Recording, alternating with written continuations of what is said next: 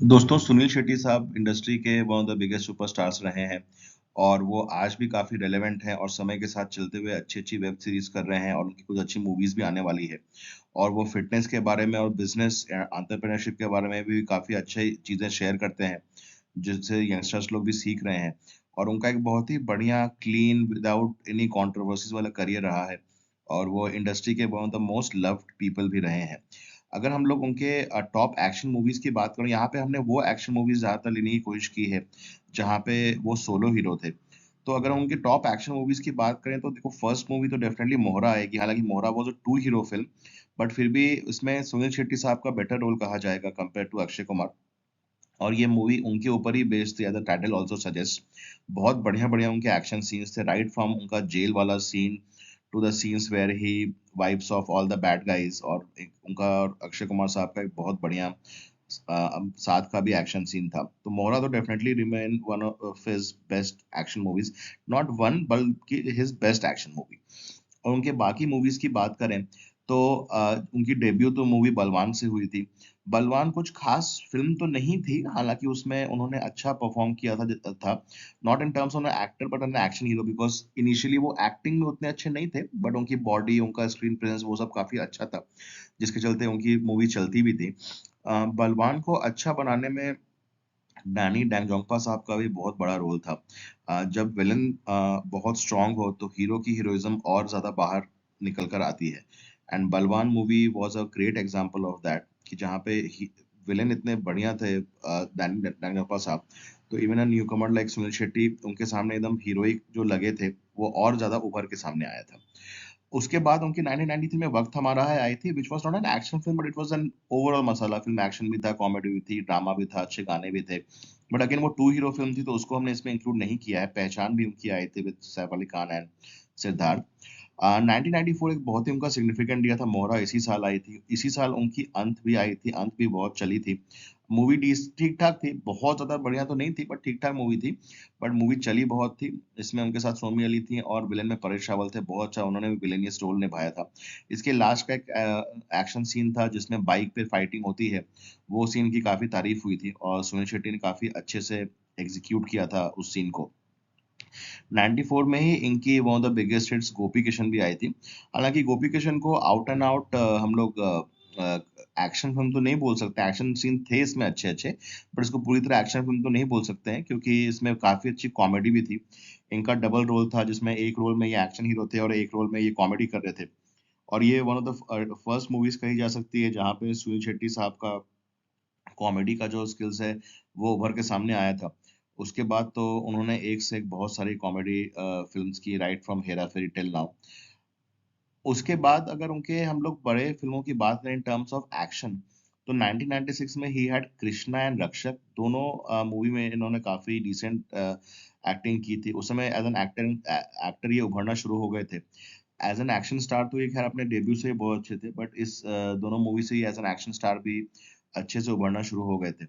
और Krishna was by Deepak Shivdasani and Rakshak was by Ashok Honda. Ashok Honda ने अंत भी बनाई थी। दोनों मूवीज़ में बात करें तो दोनों ही अच्छी मूवी है, बट आई वुड से कि रक्षक में जो इमोशनल क्वोशंट था वो ज़्यादा था और रक्षक टाइप की मूवी पहले भी बॉलीवुड में बन चुकी है, लाइक इन फॉर्म ऑफ रामशास्त्र, जिसमें जैकी श्रॉफ साहब थे। काफ़ी अच्छी मूवी थी रक्षक और कृष्णा दोनों इन टर्म्स ऑफ एक्शन। और अगर बॉक्स ऑफिस की बात करें तो कृष्णा तो चली थी। उसका एक गाना भी बहुत चला था झांझरिया, और कुछ और भी अच्छे गाने थे इसमें। रक्षक के भी 2 गाने बहुत हिट हुए थे, शहर की लड़की और सुंदरा। इनफैक्ट रक्षक को मेनली इन गानों की वजह से ही जाना जाता है, बट फ़िल्म बहुत ज़्यादा नहीं चली थी। अच्छे विलेन्स भी थे दोनों फ़िल्म में। एंड कृष्णा में तो देयर वाज़ मोहन जोशी साहब, टीनू आनंद साहब। रक्षक में देयर वाज़ रघुवरन जो साउथ के बहुत फेमस विलेन हैं। तो ये दोनों उनकी 96 की 2 अच्छी मूवीज़ थी। 1997 was a kind of a comeback year for Sunil Shetty because उनकी बॉर्डर और भाई चली थी।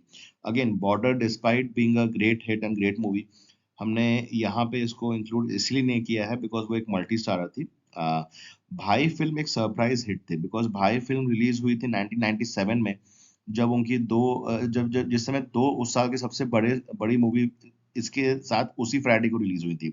दिल तो पागल है एंड नाना पाटेकर साहब की गुलाम-ए-मुस्तफ़ा। वो गुलाम-ए-मुस्तफ़ा बहुत हाइप फ़िल्म थी because Nana Patekar as a star उस समय बहुत ही अच्छा कर रहे थे। तो ये दोनों फ़िल्में साथ में रिलीज़ हुई थी, फिर भी भाई वाज़ अ सक्सेस और इसमें काइंड ऑफ उनका कमबैक हुआ था। इस फ़िल्म में सिर्फ़ एक्शन ही नहीं, एक अच्छी इमोशनल स्टोरी भी है।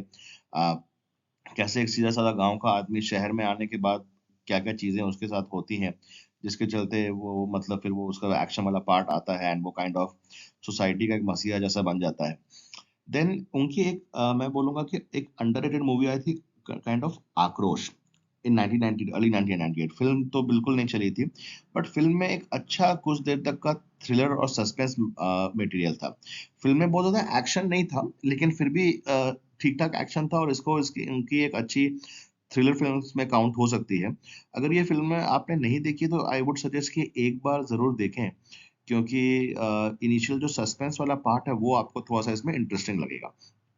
और इस मूवी में अच्छे-अच्छे कैरेक्टर एक्टर्स भी थे, सुरेश ओबेरॉय, कुलभूषण खरबंदा, मोहन जोशी, वेटरन विलेन रंजीत साहब भी थे। तो एक डिसेंट इनफ फ़िल्म है। बहुत लोग इस फ़िल्म के बारे में ज़्यादा जानते नहीं हैं, बिकॉज़ ये फ़िल्म उतनी चली नहीं थी।